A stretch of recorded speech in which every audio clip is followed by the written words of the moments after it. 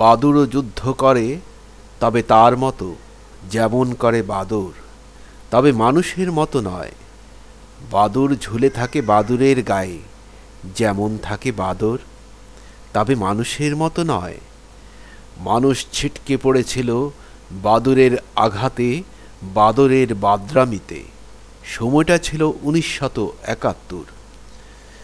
বাদুড়ও সেদিন যুদ্ধ করেছিল, যেমন করেছিল বাদর, তবে রাজাকার আল বদর আল শামস নামে।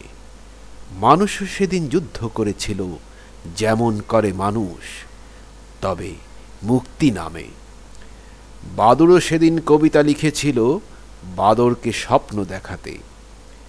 বাদরও সেদিন কবিতা লিখেছিল বাদুড়কে স্বপ্ন দেখাতে। বাদুড়ের মুক্তির জন্য, বাদরের মুক্তির জন্য, মানুষের জন্য নয়। মানুষ ভেবেছিল হয়তোবা।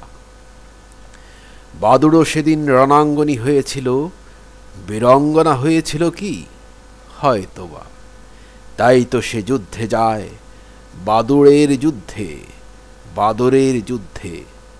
আর মানুষ যুদ্ধ করে চলে প্রতিনিয়ত তার মুক্তির জন্য।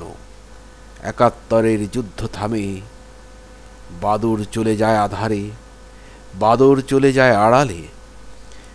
ওদের যোদ্ধারা একসময় আধার থেকে বের হয়ে আসে, আর ওদের পেছনে শত বাদুড়, শত বাদর। কালো রঙের বাদরগুলো সাদা রঙের প্রলেপ মাখানো, যেন কেহ ছাই ছিটিয়ে দিয়েছে। বাদরগুলো নানা রঙের, মুক্তি পাগল সাদা মানুষের ভিড়ে মিশে যেতে চাইছে, যদিও ওদের ভালো করে লক্ষ্য করলে ঠিকই চেনা যায়। তাই তো রং বদলের বুদ্ধি যারা ওদের শিখিয়ে দিয়েছিল, সেই বুদ্ধিজীবী বাদরদের ওরা স্মরণ করে, অনেকটা মানুষদের মতোই, যদিও বাদরের কিছুটা আচরণ মানুষের বলে মনে হয়। আর সেই সুযোগটাই এই বাদুড়গুলো নেয়, বাদরেরা নেয়। এখন বাদুড়দের হাতে অসংখ্য সনদ, এখানে ওখানে শুধু বাদুড় যোদ্ধা, বাদর যোদ্ধা। তাই তো দাম্ভিক স্বগক্তিতে মুক্তি পাগল মানুষকে ওরা কাঁচকলা দেখায়। 38 বছর পরে পাকানো কলা খেতে মরিয়া হয়ে ওঠে, ঘোষণা দেয় স্বাধীনতা এনেছি, স্বাধীনতা রাখব। বাদুড় এবং বাদরের পাকা কলাটা খুবই প্রিয়। বাদুড় যে মুখে খায় সেই মুখেই হাগু করে। বাদরও যদিও তা করে না, কিন্তু অনেক কিছুই খায়। তাই তো বাদুড়ের কাছ থেকে সম্বর্ধনা নেয় বাদর যোদ্ধা। ধীরে ধীরে হয়তো আরও বাদর যোগ দেবে। মিথ্যার বেশাতে দিয়ে গড়া যে আলোর স্বপ্ন বাদুড়েরা দেখে, তা কিন্তু চিরকালই অন্ধকার। নিজেদের মিথ্যে গড়া আলোর ভুবনে কিচিরমিচিরি সায়। 38 বছরে শত শত থেকে 70 বা 80 লাখ বাদুড় ও তাদের সহযোগী হওয়া কি খুব বেশি?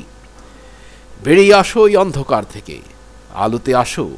পুড়ে যাওয়ার ভয়, পুড়ে পুড়ে পাপ মোচন করো। ভয় পাচ্ছ? ভয় তো পেতেই হবে। আলোতে এলে হয়তো দেখবে চারিদিকে শুধু মুক্তি পাগল মানুষ, সবাই যেন এক একজন 71, এক একজন মুক্তিযোদ্ধা, যেখানে বাদুড়ের গন্ধ নেই, বাদরের গন্ধ নেই।